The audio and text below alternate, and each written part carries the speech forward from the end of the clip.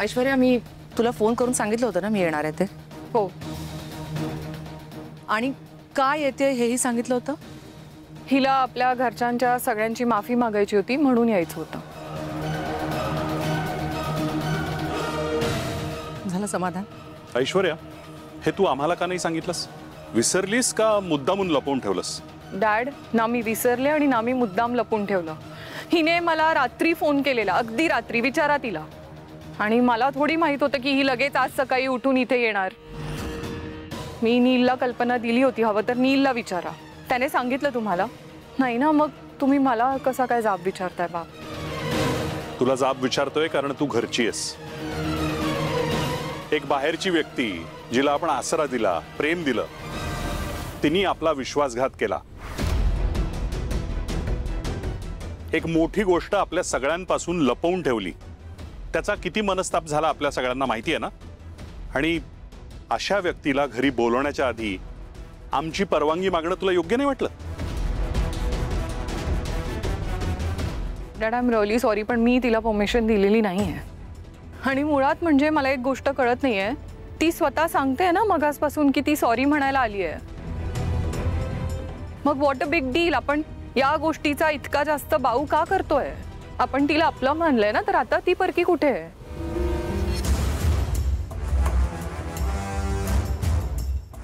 या घराने ना तुला कधीच परक नाही मानलं.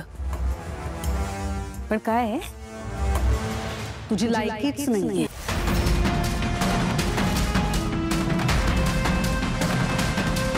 तू आमची काय कुणाचीच होऊ शकणार नाहीस.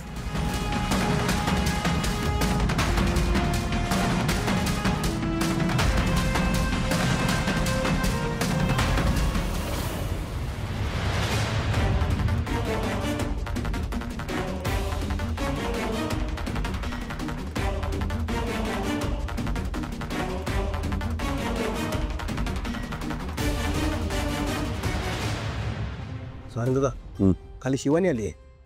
शिवानी? ती का आली इथे? हिम्मत कशी झाली तिची इथे यायची? काय माहित, पण ती वेगळाच मूड घेऊन आली आहे. गिफ्ट घेऊन आली आहे. तुला काय म्हणाले? मला बोलले की सगळ्यांची माफी मागायची. सावली कुठे? घरी नाही आहे ती. घरी नाही म्हणजे कुठे गेली? सकाळपासून नाही आहे ती. मला वाटलं तुला सांगून गेली असेल. मला नाही सांगितलं तिने. मला उठवायला पण नाही आली आज. मग कुठे गेली? जे काय घडलं त्या बाबतीत काळजी वाटणं साहजिकच आहे, पण ती मला म्हणाली होती की काय? जगन्नाथजी म्हणाले होते की माझ्यावर कुठलं तरी संकट येणार आहे. बरोबर आहे तिचे. ती त्यांना मानते आणि तुझ्यावर संकट येणार आहे हे कोणी पण तिला सांगितलं ना तरी ती तुझी काळजी घेणार. पण मग त्या काळजीपोटी त्या केस संदर्भात कुठे गेली नसेल ना? तसं असेल तर डेंजर आहे. बघतो मी.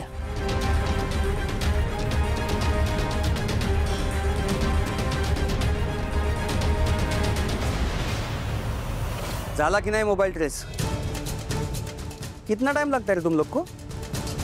जल्दी भेज, कल सुबह पनवेल निकलना है. 1.5 मिनट है तुम्हारे पास. हाँ, लोकेशन आना मांगता. रख फोन. काय झालं? हा ॲड्रेस पण फेक निघाला. अरे देवा.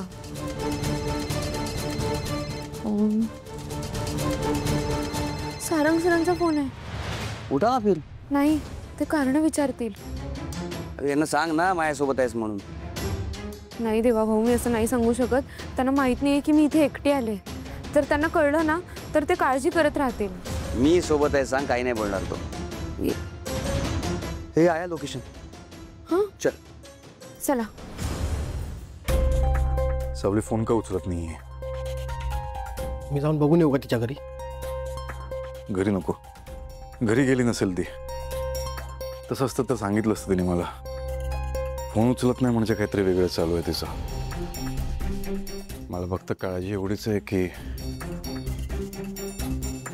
धाडस करून कुठल्या संकटात अडकून येते. सारंग, तुझी मैत्रीण आली आहे भेटायला. मैत्रीण को? शिवानी कारखानीस. शिवानी माझी मैत्रीण नाही आहे. मला नाही भेटायचं तिला. सारंग, असं काय करतोयस? 2 मिनिटं भेटून घे. सगळे आलेत खाली आणि मॉमने सांगितलंय तुला बोलवायला. ये लवकर.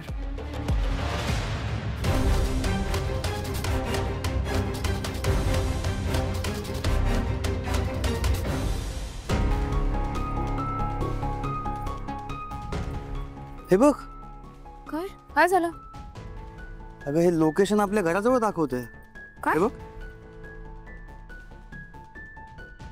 अरे हो, हे आपल्या घराजवळचं लोकेशन आहे.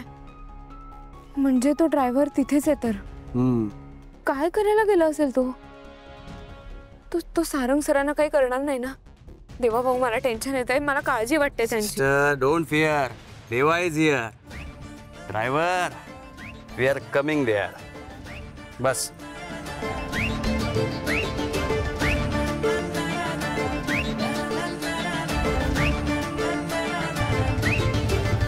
तुम्हीच मला या घरात स्वीकारलं.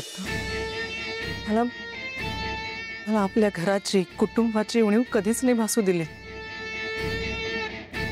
तुमचा विश्वास बसू दे किंवा नको बसू दे, पण मला खरंच तुमच्यात माझे आई बाबा दिसले.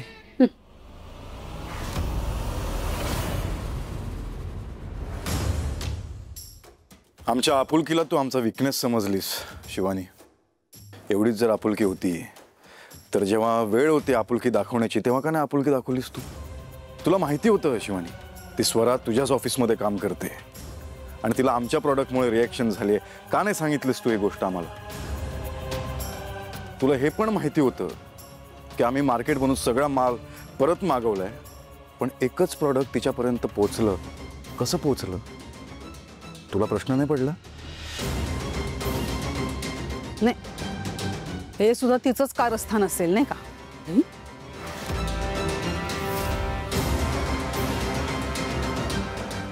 काय बोलताय तुम्ही? तुम्हाला खरंच असं वाटतंय सगळ्यांना की हे सगळं माझं कारस्थान आहे? आम्हाला नाही, तूच म्हणतेस असं. कोर्टात सुद्धा तू या प्रश्नाचं उत्तर दिलेलं नाहीयेस आणि आता पण देत नाहीयेस. तूच जागा देतेस आम्हाला विचार करायला. असं नाहीये सारंग. मी कोर्टातही तेच सांगितलं होतं आणि आता सुद्धा मी पुन्हा पुन्हा तेच सांगते. मला खरंच वाटलं नव्हतं हे एवढं सगळं होईल. मला वाटलं की रिॲक्शन आली असेल जस्तीला. असं होतं ना कधी कधी की नाही बाबा एखाद्याला क्रीम सूट होत तर थोडंसं काहीतरी केलं तर बरं होईल. मला जरा जरी कल्पना असती ना की हे एवढं होणार आहे, I would have informed you ना इमिजिएटली. खोटं बोलतेस तू शिवानी. त्या दिवशी पार्टीमध्ये जेव्हा सगळ्यांनी तो व्हिडिओ पाहिला तेव्हा तरी तुला कल्पना आली असेल ना? तेव्हा का नाही सांगितलंस तू? सारंग अरे असं काय करतोस? त्या दिवशी पार्टीत केवढे गेस्ट होते. त्या सगळ्यांसमोर हा विषय काढला असता तर प्रकरण आणखीन चिघळलं असतं. बिसाइड्स तू चिडला असतास अरे माझ्यावर. काय फरक पडला असता? त्यावेळेला ती गोष्ट महत्वाची होती. कम ऑन, पार्टीचे काही बेसिक एटिकेट्स असतात ना. एटिकेट्स माय फूट. अडचणीच्या वेळेला कसले आले एटिकेट्स? तू सांगायला हवं होतं शिवानी. सारंग तू चिडला असतास रे माझ्यावर. चिडलो असतो मी, काय फरक पडला असता? पडतो